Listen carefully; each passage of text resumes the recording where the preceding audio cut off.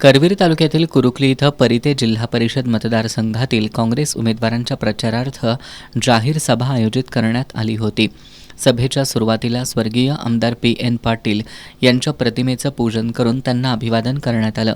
यावेळी बोलताना जिल्हा बँकेच्या माजी संचालिका उदयानी साळुंखे यांनी स्वर्गीय पी.एन. पाटील यांचा पक्षनिष्ठेचा आदर्श कायम ठेवण्याची ग्वाही दिली. पी.एन. साहेब काँग्रेसचे होते, काँग्रेसचे आहेत.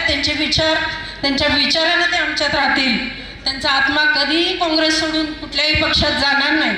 या सभेत बोलताना आमदार सतेज पाटील यांनीही विरोधकांवर निशाणा साधत कोल्हापूर जिल्हा परिषदेत काँग्रेसचाच अध्यक्ष करण्यासाठी साथ द्या असं आवाहन केलं.